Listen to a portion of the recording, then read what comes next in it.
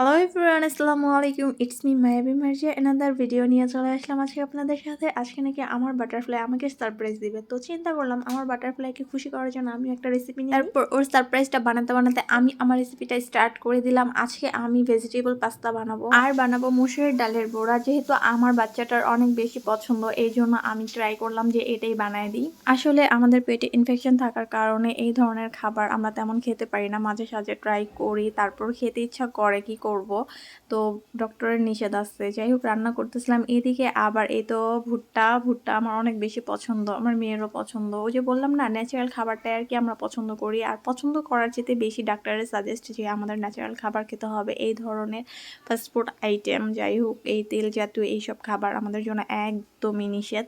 তারপরে আগে খেতাম না, এখন তারপরে একটু টুকটাক খাই। ওই যে বলে না, চুরি করে। আসলে চুরি করে কার কাছে খাবো? নিজের শরীরের সাথে তো আর চুরি করা যায় না। তারপরও যতটুকু পারি সেভলি আর কি খাওয়ার চেষ্টা করি। কথা বলতে বলতে আমার রান্নাবান্নাও শেষ, ওর সারপ্রাইজটাও দেখেন শুরু হয়ে গেছে। সবকিছু জ্বালায় পড়ে এখানে লেগছে I love you mom dad. অনেক সুন্দর হয়েছে মা। সবাই আমার মেয়েটার জন্য দোয়া করবেন। এই তো খাবার পেয়ে একদম খুশি ও। ভিডিওটা এই পর্যন্ত ছিল। সবাইকে আল্লাহ হাফেজ, আসসালামু আলাইকুম।